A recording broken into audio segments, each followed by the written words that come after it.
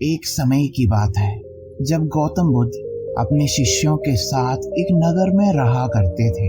उनके शिष्य एक दिन नगर में घूमने निकले।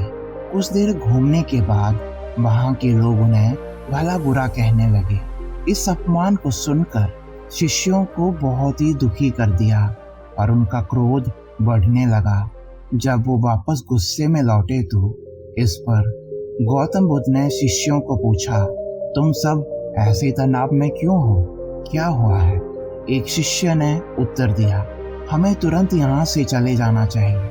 हम जब बाहर घूमने गए तो नगर के लोगों ने हमें बिना किसी कारण के अपमान किया और आपत्तिजनक बोला।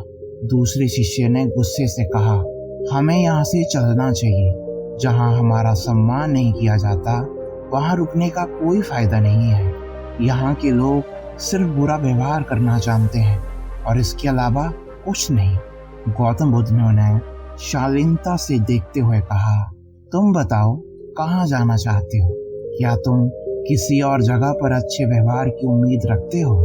दूसरा शिष्य बोला, हाँ, मुझे विश्वास है कि दूसरी जगहों में अच्छे लोग जरूर होंगे। बुद्ध ने विनम्रता के साथ जवाब दिया, हम किसी भी स्थान को इसलिए नहीं छोड़ सकते कि वहाँ के लोग बुरे हैं।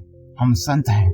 हमें तो कुछ ऐसा करना चाहिए कि जिस भी स्थान पर जाएं, उस स्थान को तब तक ना छोड़ें जब तक अपनी अच्छाइयों से वहाँ के लोगों को सुधार ना दें। हम जिस भी स्थान पर जाते हैं हमें वहाँ के लोगों के साथ नेकी और प्रेम से बर्ताव करना चाहिए, क्योंकि आखिरकार उन्हें भी तो सुधारना ही होगा। संतों का कार्य होता है दूसरों को सुधारना। सच्ची चुनौती तब है जब हम विपरीत परिस्थितियों में खुद को साबित करते हैं। यह सुनकर बुद्ध के शिष्य ने एक प्रश्न पूछा, उत्तम व्यक्ति किसे कहते हैं?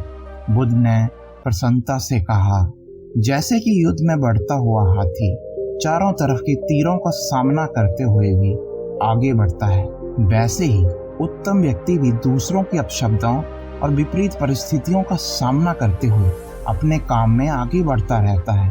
जो इंसान अपने आप के विचारों और इंद्रियों को वश में करने का समर्थ रखता है वही सबसे बेहतरीन होता है।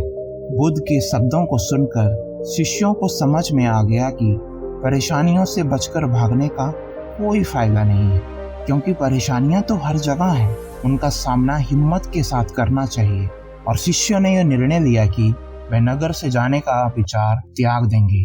वे अलग अलग जगहों पर अपने अच्छाइयों के द्वारा लोगों के जीवन को सुधारने का काम जारी रखेंगे। इस कहानी ने हमें यह सिखाया कि हमें दूसरों के अपमान और अनुचित व्यवहार के बावजूद भी उन्हें सम्मान देना चाहिए। अगर हमेशा दूसरों की बातों से प्रभावित होते रहोगे तो जीवन में कभी भी कोई महान काम नहीं कर पाओगे।